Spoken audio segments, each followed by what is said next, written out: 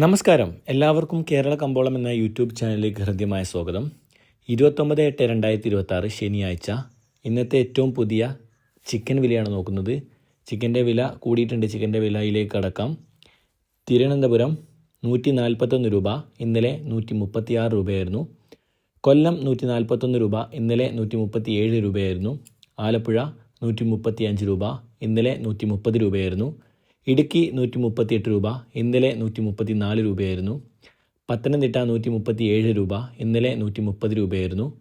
കോട്ടയം 136 രൂപ, ഇന്നലെ 129 രൂപയായിരുന്നു.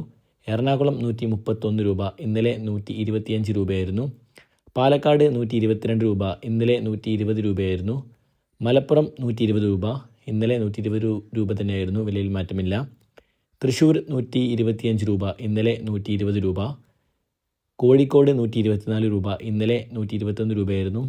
കണ്ണൂർ 125 രൂപ, ഇന്നലെ 123 രൂപയായിരുന്നു. വയനാട് 124 രൂപ, ഇന്നലെ 128 രൂപയായിരുന്നു. കാസർഗോഡ് 121 രൂപ, ഇന്നലെ 126 രൂപയായിരുന്നു.